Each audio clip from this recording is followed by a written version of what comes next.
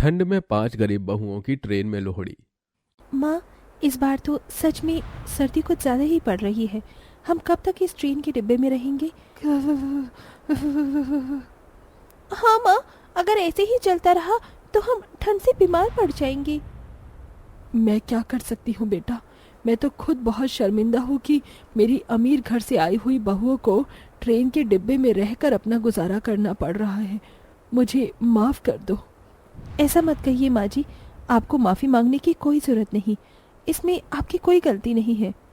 त्योहारों का महीना है, सब कितने धूमधाम से त्योहार मना रहे होंगे, और इधर हम, ज़रा हमारी किस्मत को तो देखो, हमें कहाँ ले आई है। अगर ये सब मेरे बेटों को पता चलेगा तो वो तो गम से पागल ही हो जाएंगे। एक ना एक दिन तो वो गांव से घर लौट कर आएंगे ही। हाँ माँ, लोहड़ी का त्योहार आ रहा है। हमारा बहुत मन था लोहड़ी मनाने का। हर साल हम अपने घर पर बड़ी धूमधाम से मनाया करते थे, लेकिन इस साल... चुप करो आंचल, तुम तो ऐसी बातें करके माँ को और दुखी कर दोगी। क्या तुम जानती नहीं कि किस कारण हमें यहाँ ट्रेन के डिब्बे में रहना पड़ रहा है? हाँ, आखिर क्यों इस परिवार की किस्मत इसे ट्रेन के डिब्बे में रहने तक ले आई? आखिर ऐसी नौबत आई ही कैसे? क्या हुआ था इस परिवार के साथ? सुनिए जी, हमारे बेटों को जो लड़कियां पसंद करती हैं वो अपना आलीशान घर छोड़कर हमारी इस टूटी फूटी झोंपड़ी में रहने को तैयार हैं, और हमारे बेटों को भी वो लड़कियां पसंद हैं। तो क्यों ना इनकी शादी करा दे, इससे हमारे बेटे भी खुश रहेंगे और वो लड़कियां भी। लेकिन यशोदा, हम शादी करा तो दें, लेकिन हमें अपनी होने वाली बहुओं को देने के लिए हमारे पास कुछ भी नहीं है। अजी, वो लोग बहुत अच्छे हैं। वो तो जल्द से जल्द अपनी बेटियों की शादी कराना चाहते हैं और उनका घर भी बसाना चाहते हैं। तो फिर इससे अच्छी बात और क्या हो सकती है? ठीक है यशोदा, हम अपने बेटों की शादी उन लड़कियों से करा देंगे। फिर क्या था, यशोदा ने अपने बेटों की शादी उन अमीर घरों की लड़कियों से करा दी। 5 बहुओं ने यशोदा के पैर छुए। मेरी बच्चियों, भगवान ने तुम्हें मेरी झोली में फूलों की तरह डाला है। बस इसी तरह हमारे साथ रहना। जी माँ जी। यशोदा की बहुएं यशोदा के साथ खुशी खुशी रह रही थी और उनके पति अपना घर छोड़कर दूसरे गांव में नौकरी करने चले गए थे। सब कुछ सही चल रहा था कि तभी... माँ, बहुत तेज बारिश है, जगह जगह से छत टपक रही है। मैंने पानी को फर्श पर आने से रोकने के लिए सब तरफ बर्तन लगा दिए हैं, लेकिन पानी रुक ही नहीं रहा। कभी छत कहीं से ही टपकती है तो कभी कहीं से। हाँ माँ, ऐसे में रात कैसे कटेगी? हम कहाँ सोएंगे?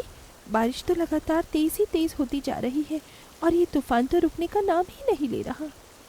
रानी इतना कह ही रही थी कि तभी तूफान की वजह से उनकी छत का छप्पर उड़ जाता है। माँ, ये क्या हुआ? अब हम क्या करेंगे? हम तो पूरे भीग गए माँ। जल्दी जल्दी अपना सारा सामान बांध लो और यहाँ से निकलने के लिए तैयार हो जाओ, नहीं तो हम इस घर के साथ पानी में ढह जाएंगे। ससुर के इतना कहने पर सारी बहुएं अपना सारा सामान बांध लेती हैं। माँ जी, पिताजी, हमने सामान तो बांध दिया, लेकिन हम ऐसी बारिश में जाएंगे कहाँ? लगता है आज ये बारिश हम सबको ले डूबेगी। ना बहू, ऐसी बातें ना कर। भगवान जरूर हमारी मदद करेंगे। हम अपनी पूरी कोशिश करेंगे और कोई ना कोई जगह ढूंढ लेंगे। वैसे भी भगवान कोशिश करने वालों की जरूर मदद करते हैं। इस तरह हार मत मानो। पूरा परिवार किसी ऐसे स्थान की तलाश में निकल पड़ता है जहां उन पर बारिश न पड़े। सब सर्द हवा और बारिश में सड़क पर चल रहे थे। पानी की ठंडी बूंदों से उनके शरीर बुरी तरह कांप रहे थे। माँ जी, लगता है भगवान हमसे कुछ ज्यादा ही नाराज हो गए, जो उन्होंने हमें इस हाल में लाकर छोड़ दिया। सब खत्म हो गया माँ जी। ऐसा मत कहे मेरी बच्ची, हमें जरूर कुछ मिलेगा। भगवान जरूर हमारी मदद करेंगे।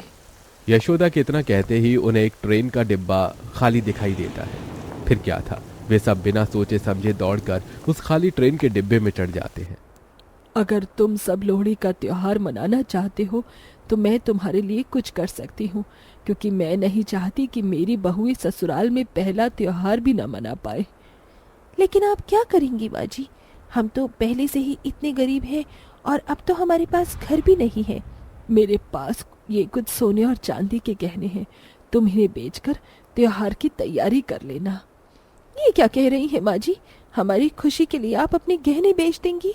तुम सब मेरी बच्चियां हो और अपनी बच्चियों के लिए क्या माँ इतना भी नहीं कर सकती? लेकिन माँ, बस एक शब्द नहीं, जाओ जाकर इन गहनों को बेचकर लोहड़ी का कुछ सामान ले आओ। ठीक है माँ जी, जैसी आपकी मर्जी। तीनों बहुएं सामान लेने के लिए चली जाती हैं और यशोदा आसपास से लोहड़ी के लिए लकड़ी इकट्ठा करने को निकल जाती है। और जैसे ही वो लकड़ी लेकर वापस आती हैं कि तभी, ए बड़ी माँ, यहाँ क्या कर रही हो? आज ठंड में मरना है क्या? चलो अपने घर जाओ। माफ करना, लेकिन मेरे पास घर नहीं है। क्या ये मजाक का वक्त है? अम्मा, जल्दी इस डिब्बे से बाहर निकलो और अपने घर जाओ, वरना ठंड से यहीं जम जाओगी। मैंने आपसे कहा ना कि मेरे पास घर नहीं है। मेरा घर बारिश में पानी में ढह गया, इसीलिए ही मैं यहाँ अपने परिवार के साथ रह रही हूँ। अच्छा, तो पूरा टब्बर यहाँ बसाया हुआ है। ट्रेन अधिकारी यशोदा को ट्रेन से बाहर निकाल ही रहे थे कि तभी, ये क्या कर रहे हैं आप? छोड़िए बाजी को।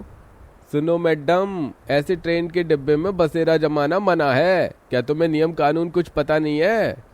जी हमें सब पता है, लेकिन हमारी मजबूरी हमें इस ट्रेन के डिब्बे तक ले आई है। मैडम, आप क्या कह रही हैं? हमें कुछ समझ में नहीं आ रहा, जरा डिटेल में बात बताओ। देखिए, तेज बारिश में हमारा घर ढह गया, इसलिए ही हमारे पास रहने का कोई ठिकाना नहीं बचा। हमें उस वक्त सही एक यही जगह मिली, तो हम यही रहने को चले आए। अधिकारी जी, कृपया हमें यहाँ कुछ समय के लिए रहने दें। हम कुछ ही दिनों में रहने का कोई और ठिकाना ढूंढ लेंगे। यशोदा की बहुओं की बातें सुनकर अधिकारियों को उन पर दया आ जाती है और वो कुछ समय के लिए उन्हें ट्रेन के डिब्बे में रहने की परमिशन दे देते। लोहड़ी का दिन आ गया। माँ, आपके गहने बेचने के बाद हम लोहड़ी का कुछ सामान ले आए हैं। इस साल हमारी लोहड़ी चाहे जैसी भी बीते, लेकिन मैं भगवान से प्रार्थना करती हूँ कि अगले साल हम लोहड़ी अपने खुद के घर में मनाएंगे। हाँ भाभी, आप बिल्कुल सही कह रही हैं, लेकिन मैं सोच रही हूँ कि जब हमारे पतियों को ये बात पता चलेगी तो क्या होगा? उनका कितना दिल दुखेगा ये जानकर कि हम ट्रेन के डिब्बे को अपना घर बनाकर रह रहे हैं। यशोदा के बेटे गांव लोहड़ी के त्योहार पर काम से छुट्टी लेकर घर पहुंचते हैं और अपने घर की ऐसी हालत देख उनके होश उड़ जाते हैं। ये सब क्या है? ये क्या हो गया? हमारा घर कहाँ गया? माँ कहाँ है आप? पिताजी, दिया, रानी, कहाँ हो सब? भैया, ये क्या हो गया? क्या हमारे अपने हमें छोड़कर चले गए? माँ। अपने घर की ऐसी हालत देख यशोदा के बेटों के दिल टुकड़ों में बिखर गए। कुछ देर पहले जो आंखें त्योहार की खुशी से जगमगा रही थी, उन आंखों में अब आंसू आ गए। यशोदा के बेटे अपने घर की दहलीज पर बैठे रो ही रहे थे कि तभी, अरे लड़को, तुम्हारा परिवार रौनक स्टेशन पर ट्रेन के डिब्बे में रह रहा है। तुम्हारे घर तेज तूफान और बारिश की वजह से ढह गया, लेकिन भगवान की कृपा है कि किसी को कुछ नहीं हुआ। इतना सुनते ही पांचों बेटे ट्रेन के डिब्बे पर पहुंचते हैं। माँ, पिताजी। पांचों बेटे अपने माँ बाप के गले लगकर रोने लगते हैं कि तभी वहां पर वही ट्रेन अधिकारी आते हैं जिनके हाथों में लोहड़ी का बहुत सा सामान था। उमा जी, हम आपके लिए कुछ लाए हैं। हमसे आपका यह दुख सहा नहीं गया, तो हमने आपकी मदद करने की सोची। ये देख यशोदा का परिवार खिल उठता है और बहुत खुशी से लोहड़ी का त्योहार मनाते हैं। सुनिए प्रा, अब आपको गांव जाकर नौकरी करने की जरूरत नहीं है। हम आपको यही काम दिला देंगे और आपका परिवार यहाँ क्वार्टर में रह सकता है। शुक्रिया भाई साहब, सही सुना था। आज तक सरदारों का दिल बहुत बड़ा होता है। फिर क्या था, सभी मिलजुल कर लोहड़ी मनाते हैं, आग जलाकर, रेवड़ी, फुल्ले, मूंगफली खाकर। और यशोदा के पांचों बेटे उस स्टेशन पर काम करते हैं और वही रेलवे क्वार्टर में रहकर अपना गुजारा करते हैं।